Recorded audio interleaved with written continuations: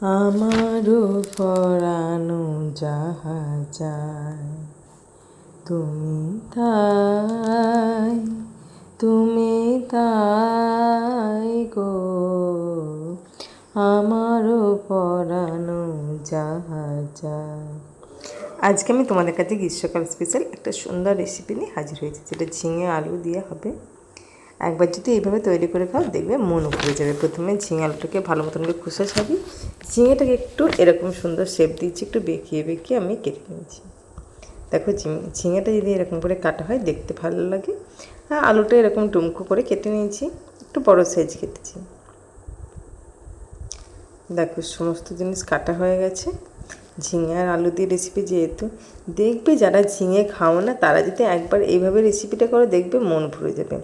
প্রথমে কড়াইতে আমি খানিকটা তেল দিয়েছি, তেলের মধ্যে আমি ঝিঙেটাকে প্রথম ভালো মতন করে ভেজে নেব। গ্যাসের ফ্লেম হাই রেখে ঝিঙেটাকে ভাজতে হবে, নাহলে দেখবে গ্যাসের ফ্লেম লো করলে ঝিঙেটা থেকে অলরেডি জল বেরিয়ে যায়। চলো ঝিঙেটাকে প্রথম ভালো মতন করে একটু ভেজে নিতে হবে। তবে ঝিঙে ভাজতে ভাজতে দেখবে এমনি নরম হয়ে ঝিঙেটা অনেকটা কমে গেছে। দেখো ঝিঙেটা কতটা কমে গেছে। আর একটু লাল লাল করে ভেজে নিতে হবে। আর নেবো আমি ছানা। আমি নর্মালি যেমন দুধ থেকে আমরা ছানা তৈরি করি তেমন করে আমি ছানাটা তৈরি করে নিয়েছি। ছানাটা তৈরি করে নিয়ে ভালো মতন করে হাত দিয়ে আমি মেখে নেব। চলো ছানাটা মাখা হয়ে গেছে প্রায়, আরও একটু হাত দিয়ে একটু খিচে ভাব রয়েছে, খিচে ভাবটা থাকা চলবে না, একদম স্মুথ একটা ডো তৈরি হয়ে যাবে। ছানাকে যদি ভালো মতন করে মেখে নেওয়া যায় দেখবে সুন্দর একদম ডো তৈরি হয়ে যাবে। চলো একটা সুন্দর দেখো, দেখে মনে হচ্ছে না ময়দা মাখা আছে।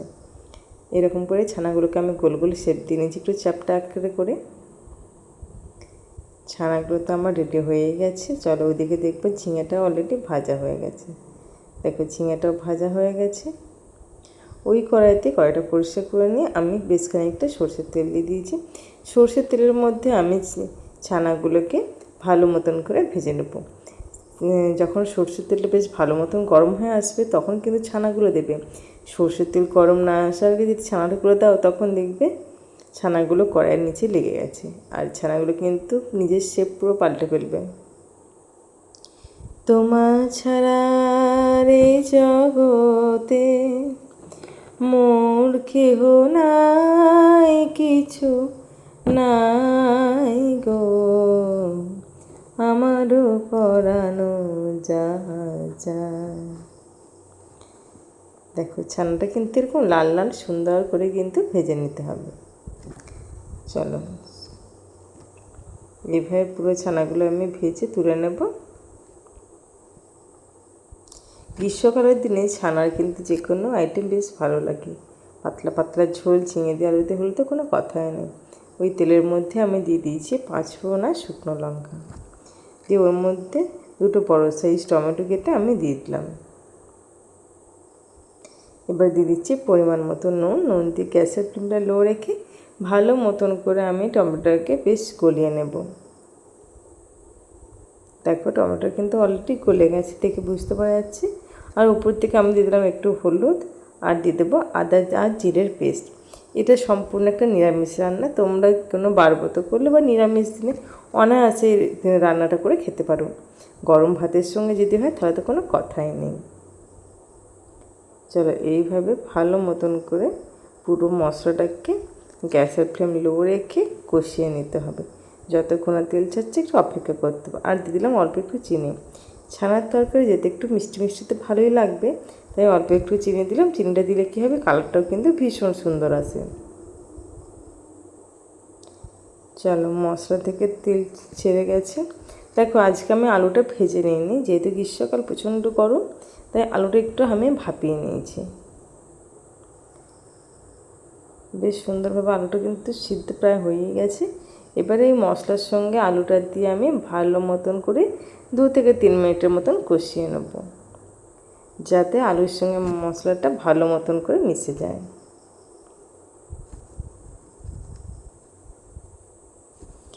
এবারে দেখো অল্প অল্প করে আমি একটু জল দেবো। এটা কি জল বলো তো, যেটা ওই ছানাটা আমি ভিজে নেওয়ার পর যে পাত্রতে রেখে দিয়েছিলাম সেই জলটা। আর দিয়ে দেবো ঝিঙে ভাজাটা। ঝিঙে ভাজাটা দিয়ে আলুর সঙ্গে মশলার সঙ্গে বেশ ভালো মতন করে কষিয়ে নেব। ঝিঙেতে তো অলরেডি জল আছে, তাই এখানে জল ব্যবহার করার কোনো প্রয়োজন হচ্ছে না। আলুর সঙ্গে ঝিঙে সব মিশিয়ে ভালো মতন করে কষিয়ে নিই।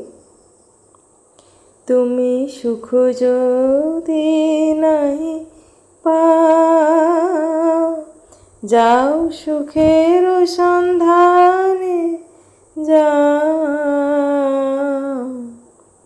দেখো আর একটু পরিমাণ মতন আমি জল দিয়ে দিলাম, আর একটু জল লাগবে দেখে আমার যে মনে হচ্ছে, নাহলে এটা পুরো শুকনো হয়ে যাবে। দেখো কালারটা কিন্তু ভীষণ সুন্দর এসেছে। জলটা দিয়ে দিলাম। দেখো তরকারিটা বেশ ভালো মতন করে ফুটতে আরম্ভ করে দিয়েছি। এবার আমি পরিমাণ মতন এখানে নুনটা দিয়ে দিলাম। নুন দেওয়া হয়ে গেছে। আরও একটু জল দিলাম, নাহলে জলটা অনেকটা কিন্তু কমে গেছে। দিয়ে অপেক্ষা করতে হবে ভালো মতন করে ফোটার। দেখো 2-3 মিনিট ভালো মতন করে ফুটে গেলে দেখবে সুন্দর একটা ফ্লেভার আসে। এবারে আমি উপর থেকে ছানার যে বলগুলো করেছিলাম সেইগুলো দিয়ে দিলাম। তোমরা এইভাবে একবার এই ঝিঙে আলু ছানা রেসিপিটা করে দেখবে, খেতে কিন্তু ভীষণ সুন্দর লাগে। গরম ভাতের সঙ্গে কিংবা গরম গরম লুচি রুটি পরোটার সঙ্গেও কিন্তু খুব ভালো খেতে লাগে। গ্রীষ্মকালের দিনে আমরা তো বেশি পরিমাণ তেল মশলা খেতে কেউই পছন্দ করছি না। আর উপর থেকে দিয়ে দেবে একটু ঘি। নামানোর পর দিয়ে ঢাকা দিয়ে রেখে দেবে আর গরম গরম সার্ভ করবে।